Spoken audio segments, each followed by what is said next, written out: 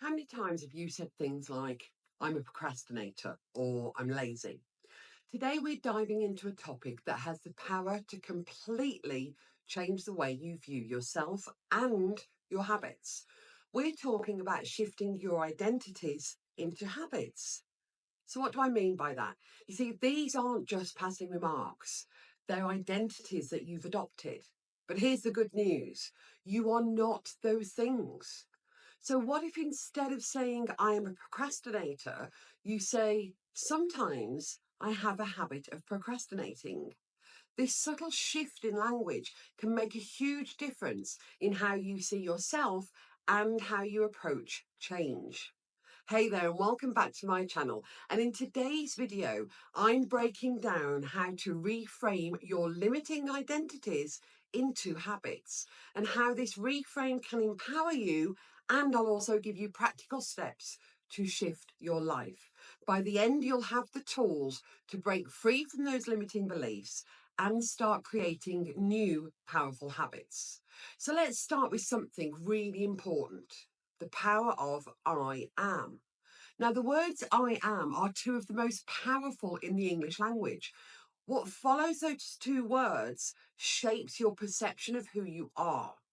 When you say, I am lazy or I am a procrastinator, you're not just making an observation, you're claiming an identity, one that can dictate your behaviors and your choices.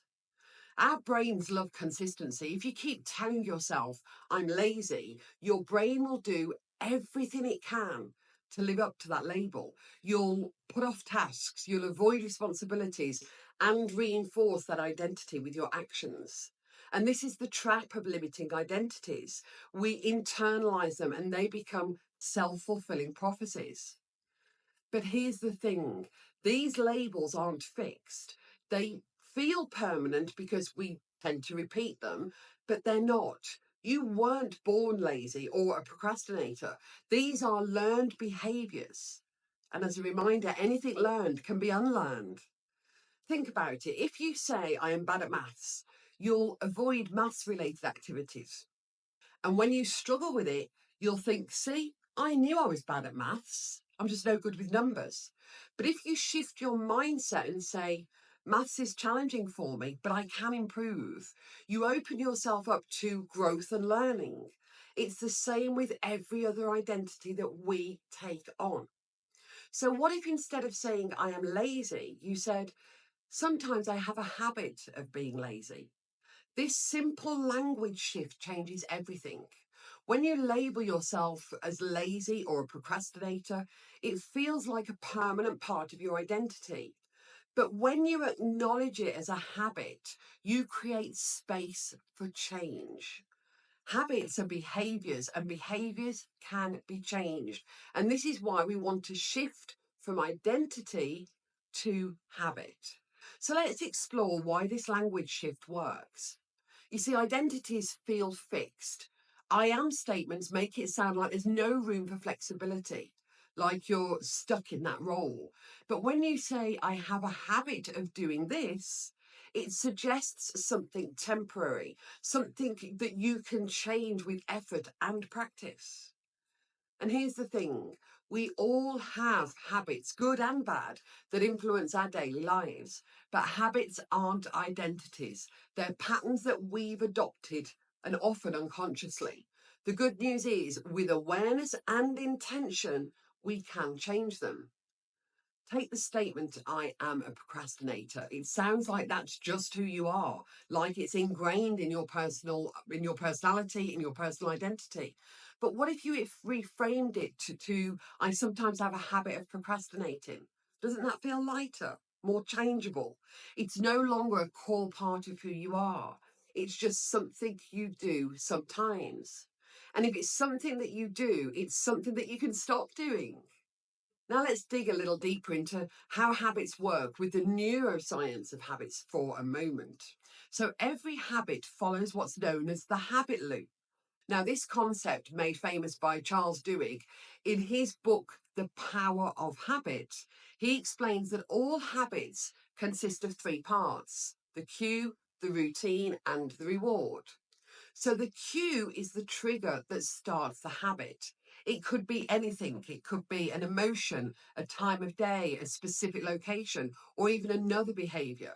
If you have a habit of procrastinating when you're overwhelmed, feeling overwhelmed is your cue. Now, the routine is the behavior you engage in.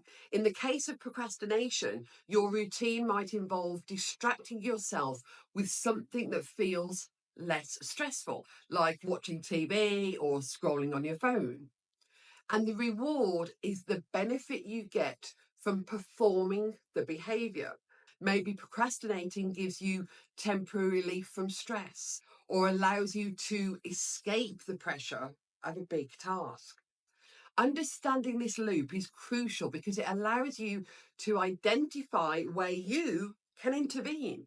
So instead of trying to force yourself to be productive all the time, you can focus on changing one part of the loop at a time. So start with identifying your cue. What's triggering your procrastination or laziness? Once you're aware of it, you can work on replacing the routine with something more productive.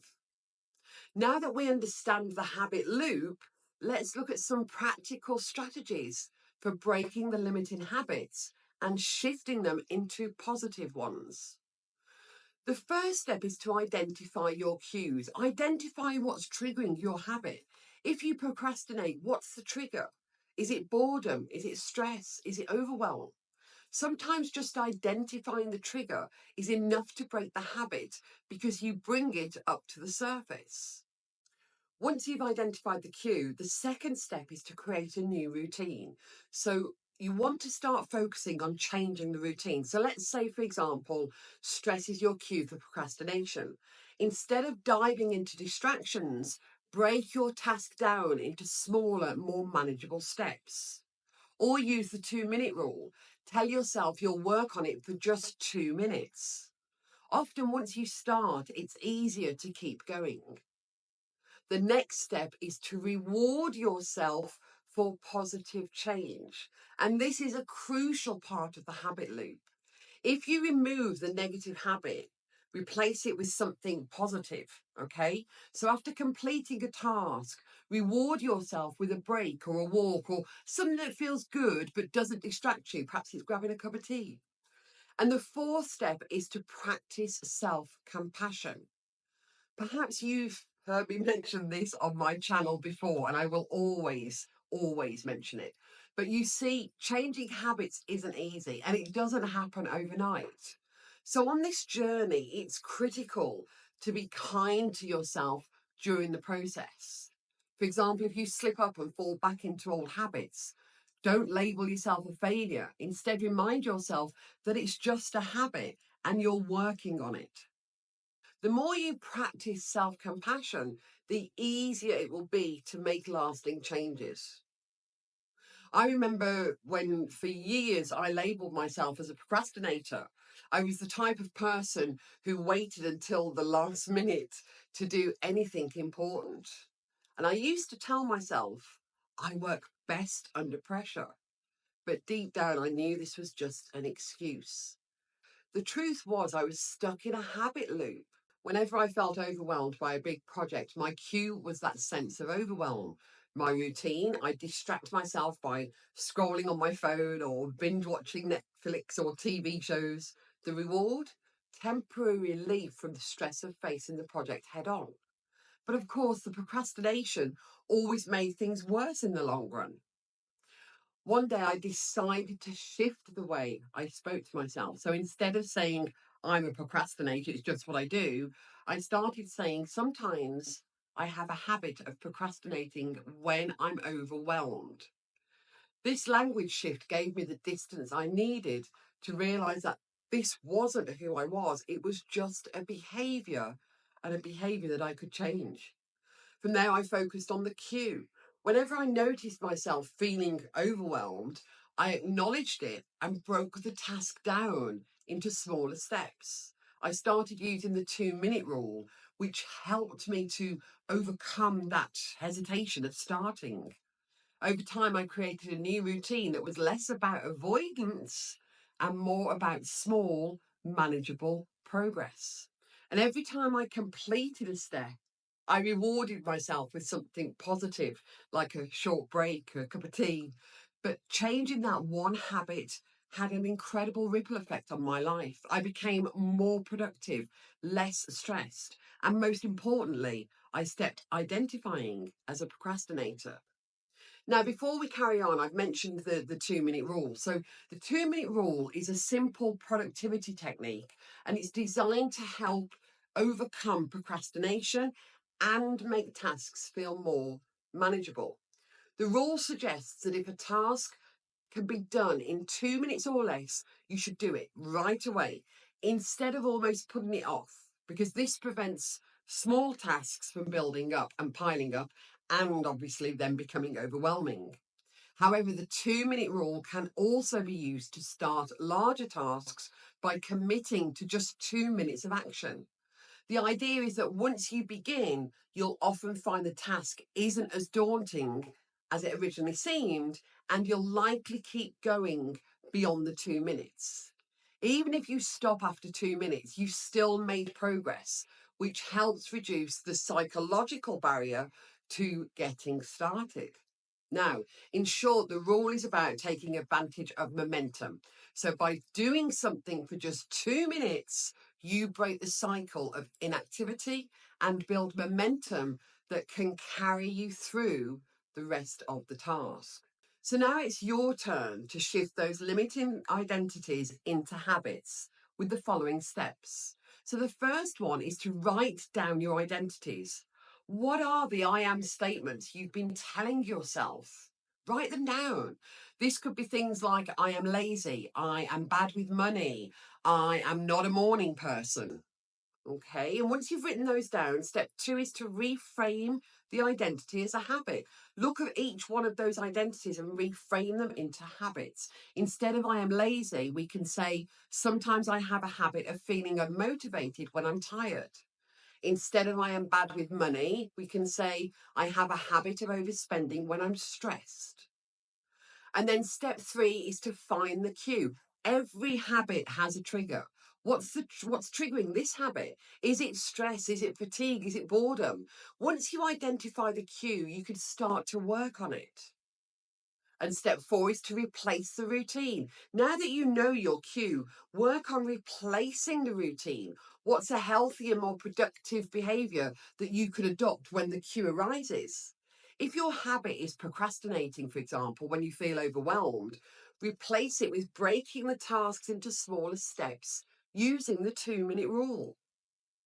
And then step 5 is about rewarding yourself. Find a way to reward yourself for changing the habit. This could be something small like a short break or a treat, but make sure it reinforces the new behavior. Remember, this process takes time. Changing habits isn't an overnight fix, but with consistency and intention, you can start to shift your behaviors and see real progress. Now that we've covered the main strategies, and before we wrap up for today, I just want to share with you a bonus tool, which is reverse scheduling. If you find that procrastination or laziness still tends to sneak up on you, reverse scheduling can be an absolute game changer. So instead of scheduling your day from morning to night, try starting with the end in mind. And here's how it works. Start with a deadline for any big task. Write down the final deadline or the time it needs to be completed. Work backward, break the task into smaller steps, and set mini deadlines, almost working your way from the deadline back to where you are today. This way you can plan, manage, and you can plan in manageable chunks of work over several days instead of feeling overwhelmed the day before the deadline. And then obviously include rewards and breaks, just like the habit loop that we talked about earlier. Make sure you schedule in short breaks and small rewards after completing each task. This approach can help you stay on track. It prevents last minute stress and also gives you a clear roadmap to follow. Reverse scheduling also reduces the temptation to procrastinate because you're no longer staring down an intimidating far off deadline. You're dealing with small, achievable tasks. I hope this video has opened your eyes to the power of language and how identities shape our behaviors. Remember, you are not your habits. They're just things that you do.